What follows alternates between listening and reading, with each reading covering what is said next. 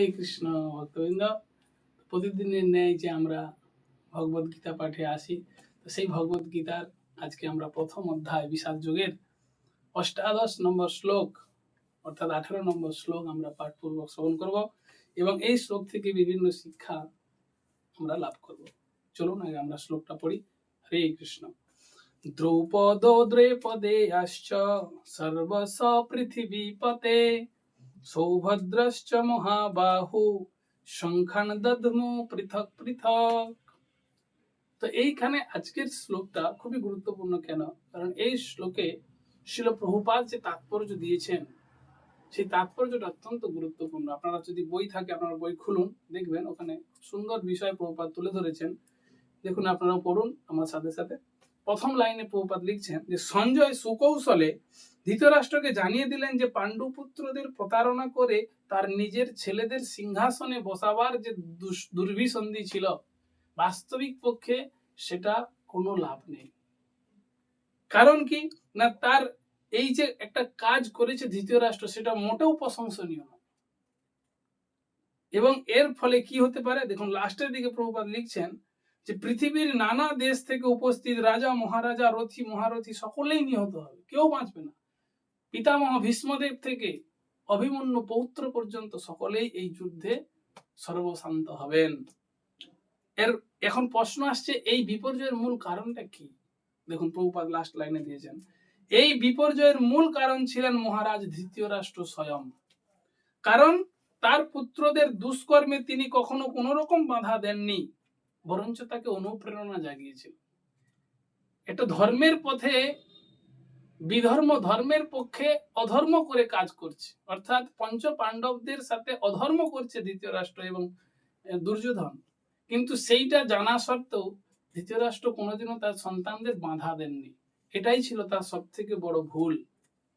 এবং এখন একটা প্রশ্ন আসছে ছোট, যে আজকের শ্লোকে যে আমরা আলোচনা করেছি দ্রুপদ, দ্রৌপদীর পুত্র অভিমন্যু এবং সুভদ্রা দেবীর পুত্র অভিমন্যু, বাস্তবিক পক্ষে এনারা কে? তো চলুন আমরা 2 মিনিট এনাদের আলোচনা করি। দ্রুপদ মানে হচ্ছেন, তিনি হচ্ছেন এক কথায় পাঞ্চাল দেশের রাজা, দ্রৌপদী এবং ধৃষ্টদ্যুম্নের পিতা। তিনি ছোটবেলায় যদি আমরা দেখি একটা কাহিনী, দ্রুপদ তিনি ছিলেন দ্রোণাচার্যের বন্ধু, একই সাথে সহপাঠী ছিলেন।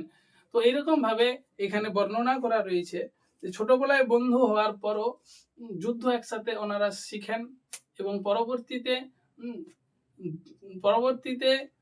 দ্রুপদ রাজা তিনি রাজ্য লাভ করার পর দ্রোণাচার্যকে বন্ধু হিসাবে অস্বীকার করেন।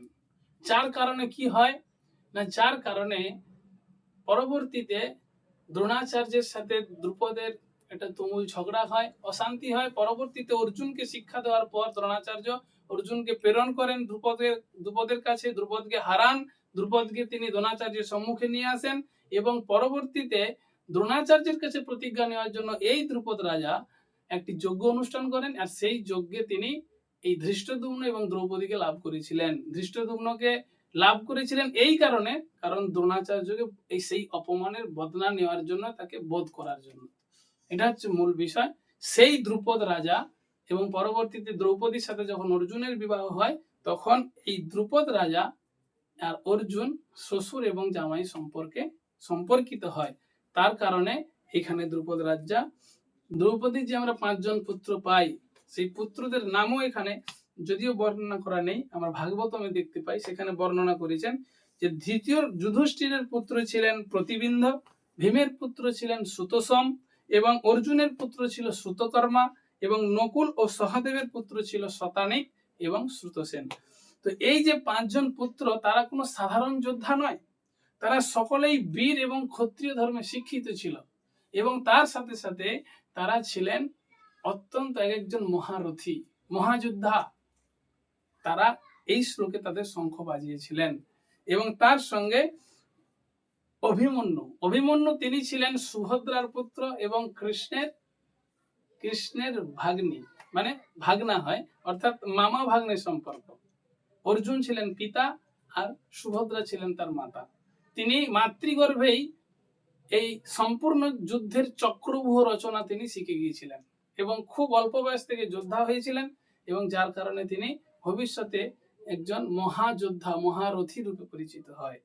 আজকে তাদের বর্ণনা এই শ্লোকে আমরা পাই। এখান থেকে শিক্ষা এটা পাই আমরা কি না, বয়সটা খুব গুরুত্বপূর্ণ না।